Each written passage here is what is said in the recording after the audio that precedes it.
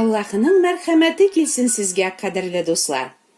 Раббы Алла Адәмне туфрактан яратты һәм аның борын тишекләренә тереклек сулышы өрде. Адәм әнә шулай җан иясе булды. Гайбри телендәге җан, нефеш дигән сүзнең бер мәгънәсе теләк. Аллаһы кешене яратканда аңа теләкләр дә салган. Һәм кешенең гөнаһка кергәнче теләкләре Аллаһыга яраулы, дөрес булган. Теләкләр җанның айрылгысыз өлеше. Җаның ни тели дигәнне ишеткәнегез бардыр. Нәрсә телисең кешенең җаны?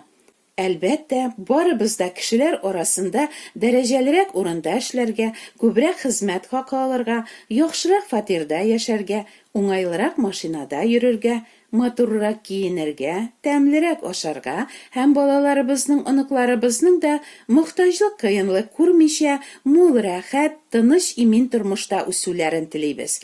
Ягъни, һәр кемнең җаны канәгатьлеккә, шатлыкка һәм хәвефсезлеккә ирешергә тели.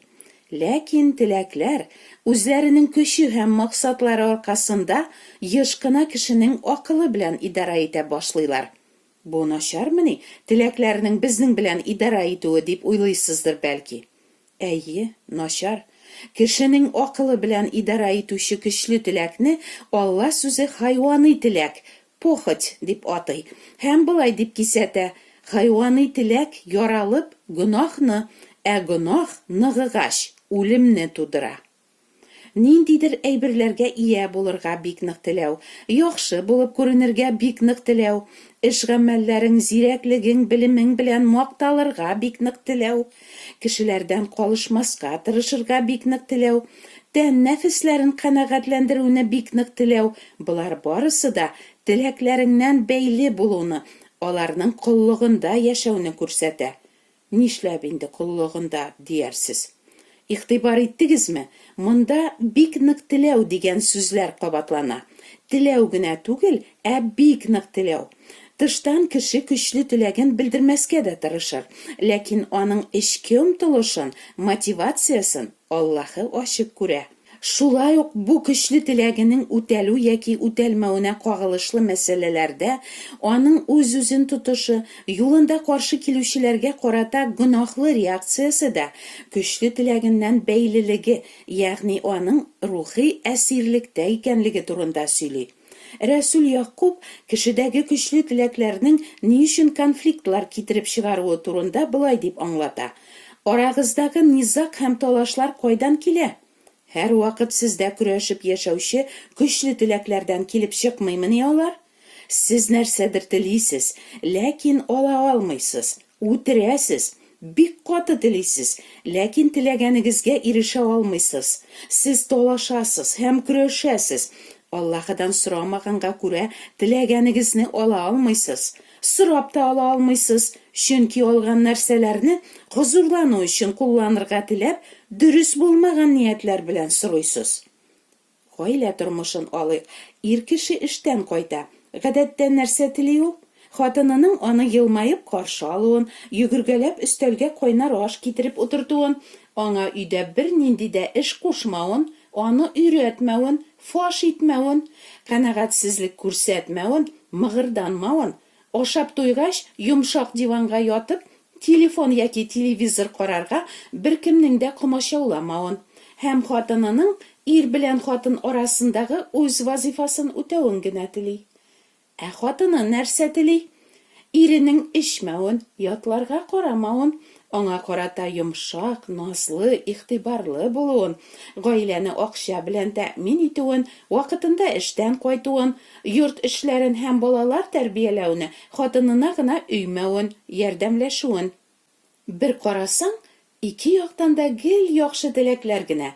Ләкин һәр кешедә ана карыныннан ук тәкәбберлек гөнаһы яшәгәнгә күрә, һәр кем иң элек үзенең теләкләрен канәгатьләндерергә тырыша. Менә шул вакыт һәр ике яктан да теләкләр көрәшә, мөнәсәбәтләр бозыла башлый. Әгәр безнең теләкләргә каршы килсәләр, аларның үтәлүен бик үк мөһим санамасалар, бездә канәгатьсезлек тумыймы? Көчле теләкләребезгә ирешә алмаганга күрә, без көнләшәбез, көрәшәбез, үртәләбез, ачуланабыз, үч ала башлыйбыз. Рәсүл Яқуб, сез хәтта үтерәсез дип яза. Хатын ирен яки ир хатынын үтергән фаҗигале хәлләр нилектән килеп чыга дип уйлыйсыз? Үзенең көчле теләге канәгатьләндерелүгә юл куймаган яки комачаулаган кешегә карата ачу ярсуы, нәфрәте аркасында. Набот исемле бер кешенең йөзем бакчасы Самария патшасы Ахабның сарае белән янәшә була. Патша Наботка әйтә: "Үзеңнең йөзем бакчаңны миңа бир. Мин анда яшелчә үстерермен, чөнки ул минем йортым белән янәшә. Аның урынына мин сиңа тагын да яхшырак йөзем бакчасы бирермен. Яисә, әгәр инде теләсәң, бакча бәясен көмешләтә түләрмен." Ләкин ата-бабаларының мирас җирен аңа бирүдән Набот баш тарта, чөнки җир биләмәләрен Исраиллиләр беркемгә дә бирергә тиеш түгел дигән Аллаһының әмере була. Ахаб ачуыннан кайнап, караңгы чырай белән өенә кайтып китә. Тамагына да ризык капмыйча, читкә борылып, урын өстенә менеп яткан иренең ни өчен шулай җаны тынгысызланганын сорап белгәч, хатыны Изебел аңа әйтә: "Тыныч бул, Наботның йөзем бакчасын алып бирермен мин сиңа", ди. Шуннан ул Ахаб исеменнән Набот белән бер калада яшәүче өлкәннәргә һәм шәһәрнең аксөякләренә патшаның мөһерен сугып, былай дип хатлар язып җибәрә: "Шәһәрдә ураза көне игълан итегез дә, халыкны җыеп, Наботны халык арасына дәрәҗәле урынга утыртыгыз. Аның каршына 2 адәм актыгы утырсын да, син Аллаһыны һәм патшаны яманладың дип, аңа каршы шаһитлек бирсен. Аннары аны алып чыгып, таш атып үтерегез." Шәһәрнең өлкәннәре һәм аксөякләре барысында Изебел боерганча эшлиләр. Бу вакыйга сезгә бер гөнаһсыз Гайса Мәсихне дә ялган шаһитләр табып, дин битлеге артында баш руханиларның хөкем итүләре һәм аны хачка кадаклатып үтертүләре турында исегезгә төшермиме? Әмма нинди генә мәкер корып, нинди генә битлек артына качып эшләмәсеннәр явыз эшләрен, барысында күреп торучы Аллаһы иртәме соңмы һәркемгә үзенең гадел җәзасын бирә. Йөзем бакчасын үзенә алырга килгән Ахабның каршына Аллаһы Ильяс пәйгамбәрне җибәрә. "Син кеше җанын кыйдың, инде аның мирасына кул сузасыңмы? Хактыр, этләр Наботның канын ялаган урында синең каныңны да яларлар", ди ул аңа. Шулай ук Изебел хакында да Раббы: "Изебелне Израилның шәһәр дивары тышында этләр ашап бетерер", дип әйтә. Әлбәттә, Аллаһының һәр сүзе һич шиксез үтәлгән кебек, Ильяс аша әйтелгән бу пәйгамбәрлек сүзләре дә нәкъ Раббы әйткәнчә озакламый тормышка аша. Изебел мәликә Наботны үтерткән кебек, без әлбәттә беркемне дә үтертмибез.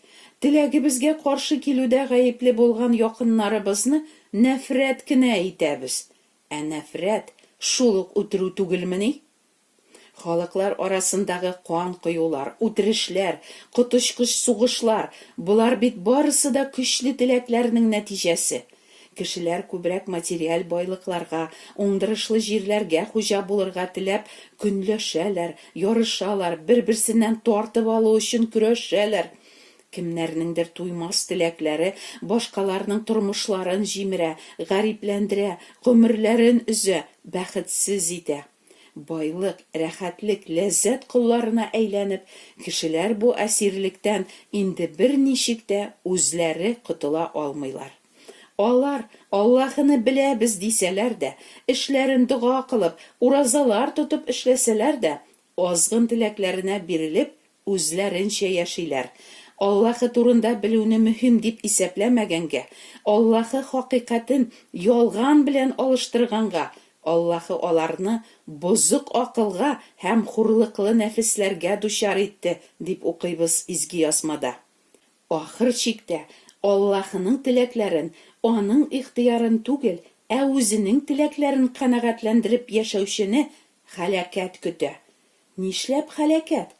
Кешеләрнең күңелләрен биләп алган бу көчле теләкләр дөнья белән дус булудан, ягъни дөньядагы нәрсәләргә бөтен йөрәгең белән беркүдән, аларны бик нык яратудан туа, дип аңлата Рәсүл Якуб. Ә дөньяны яратучыда Аллаһны ярату юк.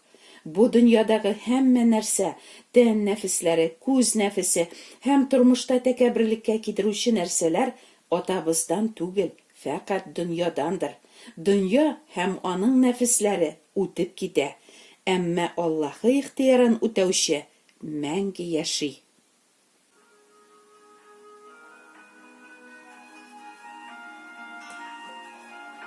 Әдәм баласының төп вазифасы Аллаһыдан курку һәм аны хөрмәт итү, аның кушканнарын үтәү.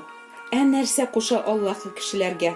Аллаһы кешеләргә азгын теләкләреннән ваз кичәргә, һәлакәткә илтүче явыз юлларын калдырырга, Раббыга борылырга, күкләрдән изге корбан итеп үзе җибәргән сөекле улы Гайса Мәсихка иман китереп, аның саф каны белән чистарынырга куша.